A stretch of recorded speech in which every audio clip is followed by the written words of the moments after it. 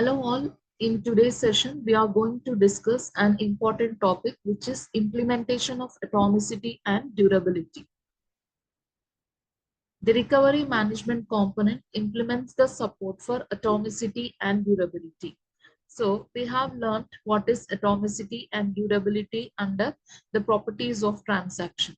Properties of transaction include four properties, namely atomicity, consistency, isolation, and durability. Atomicity says that execution of the transaction are made successfully or not done at all, as well as durability says that even if there is any system failure, once after it is recovered, it is necessary to restore the state of the transaction in the database. That is our durability property. Now, in order to implement these two, atomicity and durability, there is an important component that is present in the transaction. And that component is known as recovery management component. This helps in the implementation of atomicity and durability. These two are to be implemented in order to ensure the consistency and reliability of the data in the database. Now, we are following a procedure or a technique in order to implement atomicity and durability property.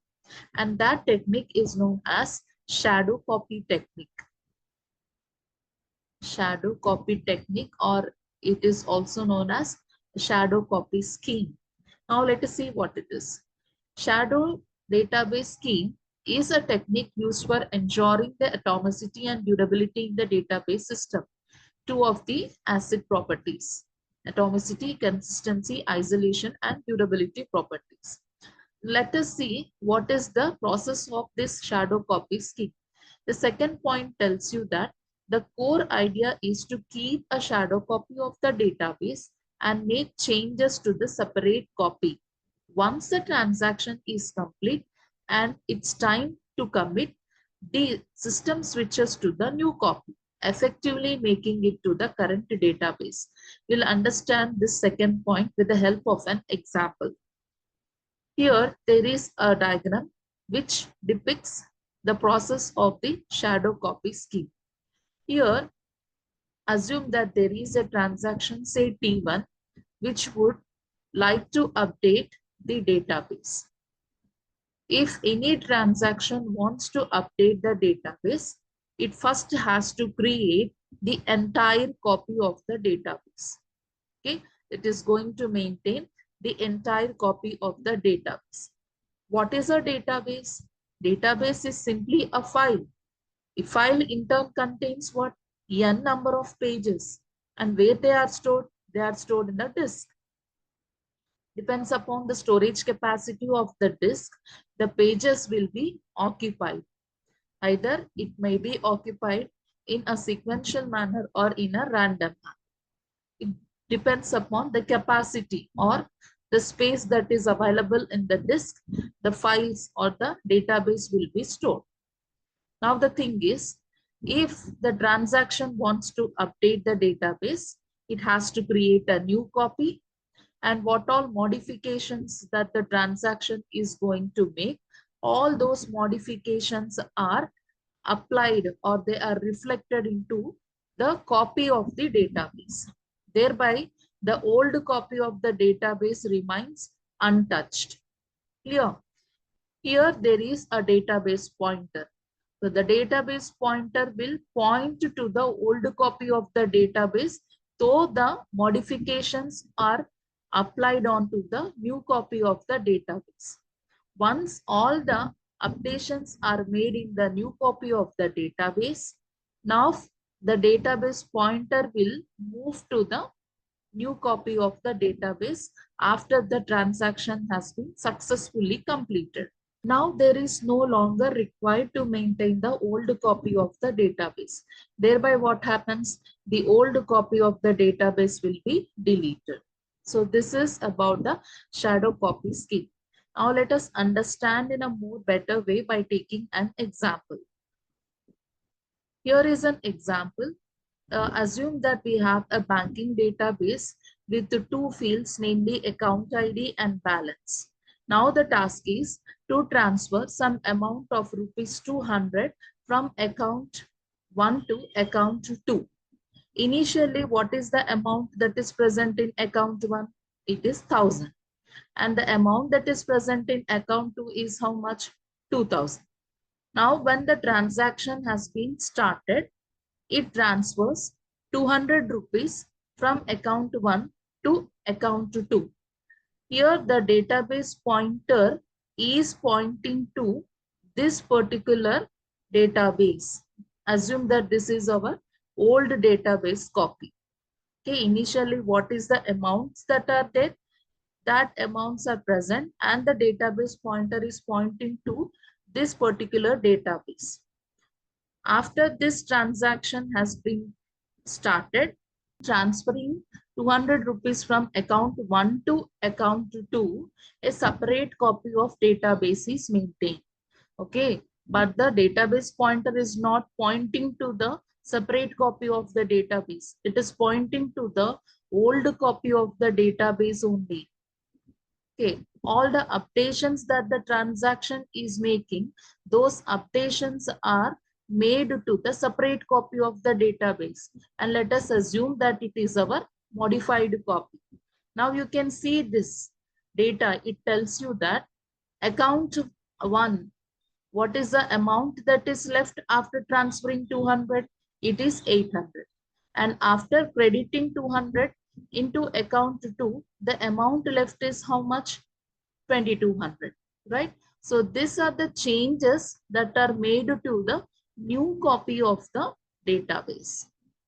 Once the transaction has been committed successfully, transaction enters into the committed state. When it enters into the committed state, only when the execution of the transaction is made successfully. Now the modified copy of the new shadow database will become the current copy. That means the database pointer will now move to the new copy of the database or modified copy of the database by deleting the old copy of the database, because here the transaction has been made successfully. Clear?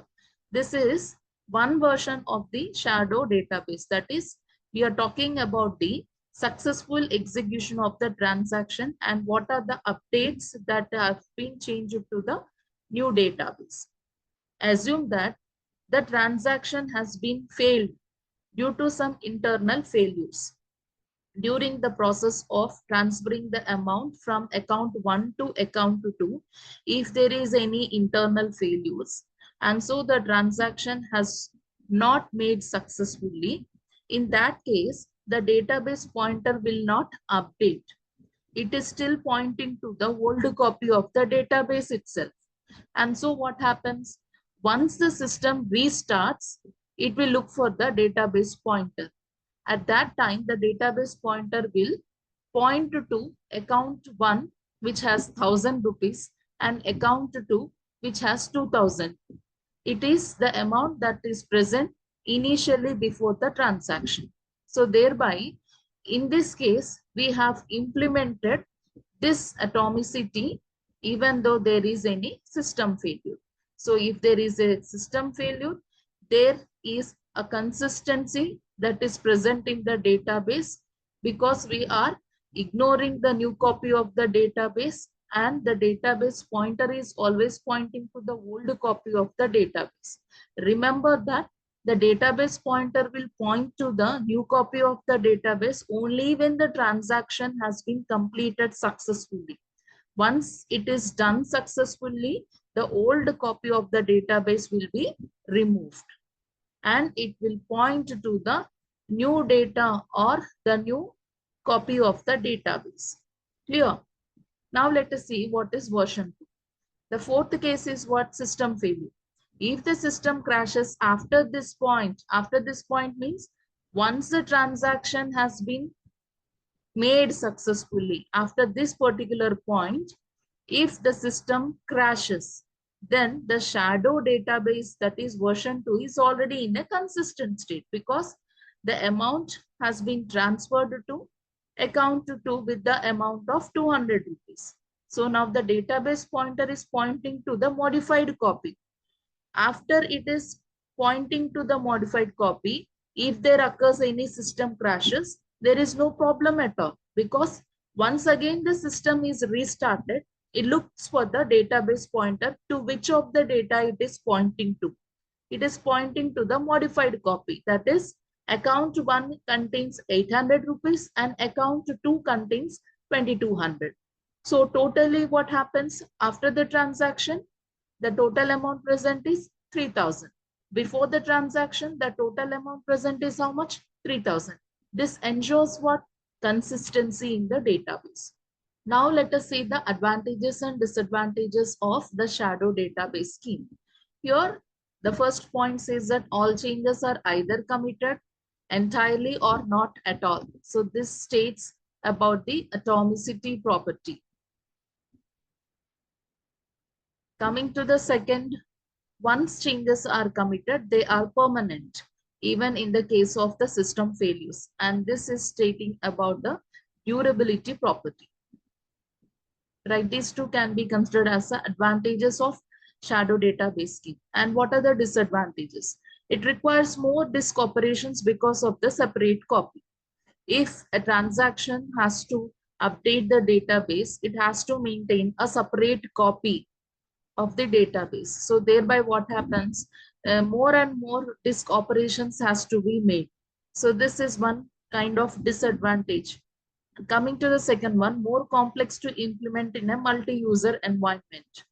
So this is, if a transaction is made independent to any other transactions, then it may not be difficult in implementing the atomicity and durability.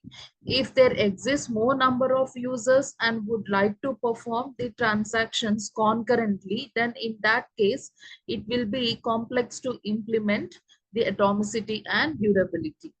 Coming to the third point, this scheme is extremely inefficient for the large database. Why it is said that it is extremely inefficient for the large databases is, if any transaction wants to perform update operations on the database, firstly it has to copy the entire database. So if it is a large database, then copying of such entire data from the database would become an extremely inefficient task. So these three are the major disadvantages of the shadow database. Hope you have understood today's lecture. Thank you.